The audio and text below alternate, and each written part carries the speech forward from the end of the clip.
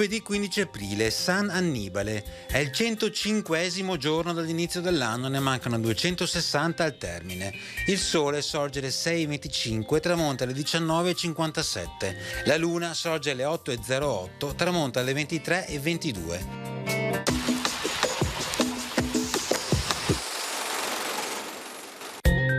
Organizzato da Francesco Pesaro, dal bacino di San Marco si innalza un pallone aerostatico.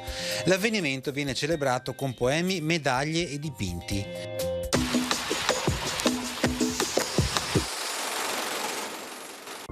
Le previsioni per domani: leggera variabilità con ampi spazi di sereno soprattutto fino al mattino e un po' di nubi sparse in seguito.